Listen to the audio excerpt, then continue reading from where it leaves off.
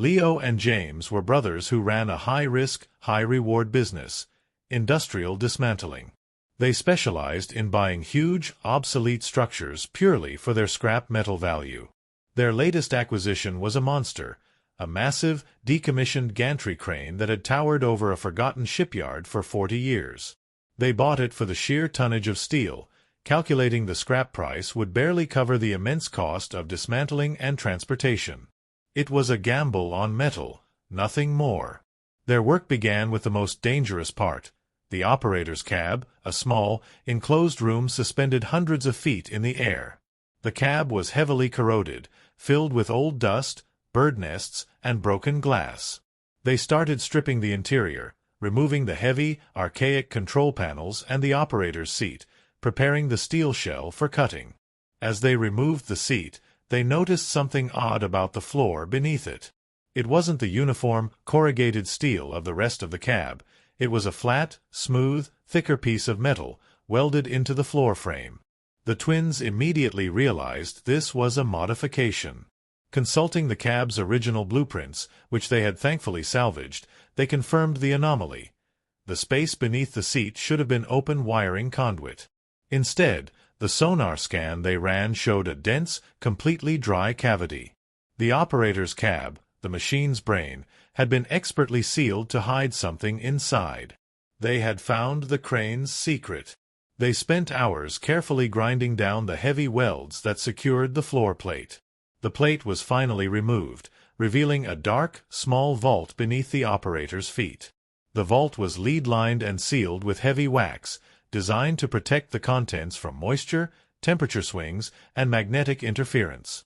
They carefully used a knife to break the wax seal and opened the final lead-lined lid. "Hey guys! Quick break, because we need your help to certify this massive crane discovery. We are so close to hitting 5,000 subscribers. We need to hit that goal ASAP. If you haven't already, please hit that like button and subscribe.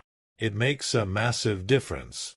Also, drop a comment below and let us know where in the world you're watching this video from. We love seeing how far our adventures travel.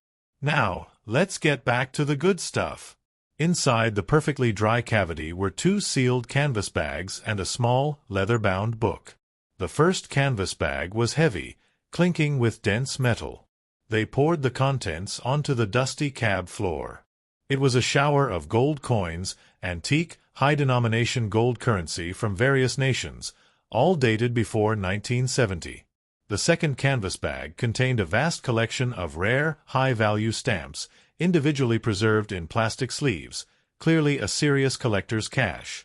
The twins' initial assumption was correct. The crane was a giant, high-altitude safe. They had found the operator's hidden fortune, placed far above the reach of thieves or routine searches. The scrap crane was suddenly worth millions.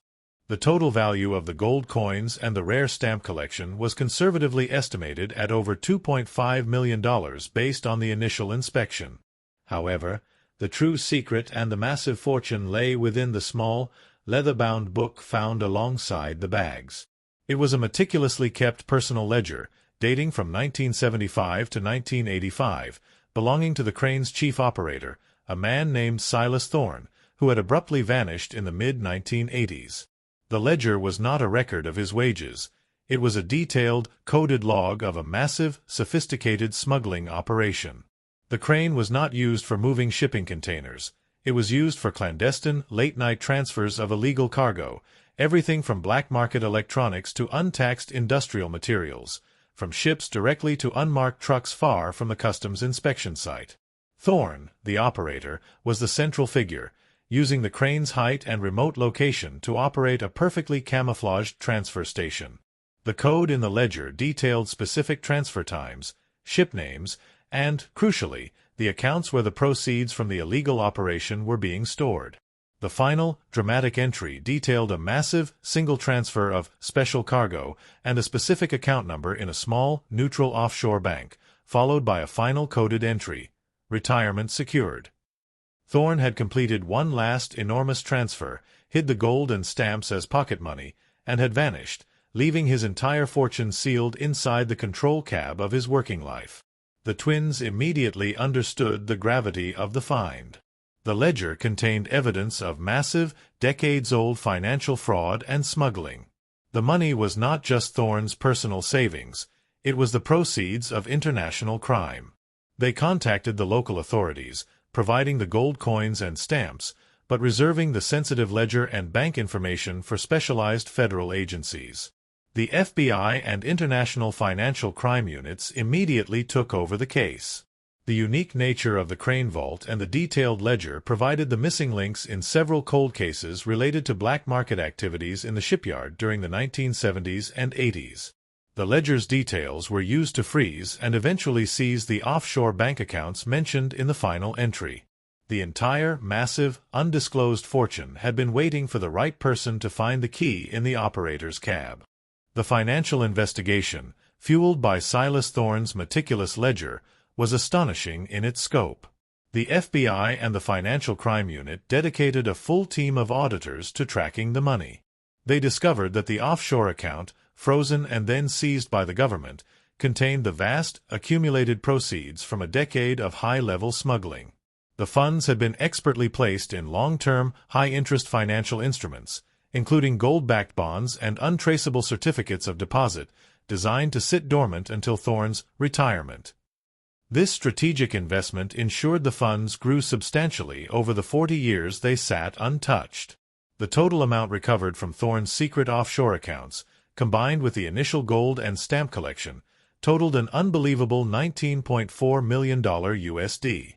The government had seized the funds, but the successful closure of several major cold cases related to the shipyard black market activities was deemed a victory by federal authorities. The entire financial crime was closed, and the government officially hailed Leo and James for their honesty, intelligence, and meticulous documentation, which provided the irrefutable chain of evidence needed to secure the funds internationally. The final reward process involved the Treasury Department, which factored in the value of the recovered assets, the immense financial fraud solved, and the brothers' role in bringing closure to the long-standing shipyard saga. The final reward payment, certified by the Treasury Department and various international agencies, totaled an astonishing $3.8 million USD. This substantial sum acknowledged not just the physical recovery of the gold and stamps, but the high value of the financial intelligence provided by the ledger. The scrap crane, bought for thousands, had yielded a life-changing fortune. The brothers used the money to transform their small dismantling business into a major, specialized industrial salvage and historical recovery firm.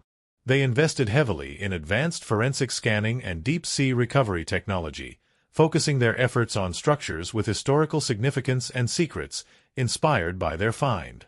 They also established a vocational scholarship in Silas Thorne's name, dedicated to training young workers in advanced industrial mechanics and ethical historical preservation. This act honored the complex legacy of the crane operator, acknowledging that his meticulousness, despite his crime, was the reason the fortune was ultimately recovered. They kept the crane's original operator's seat and the secured floor panel, transforming them into a permanent museum exhibit at their new headquarters.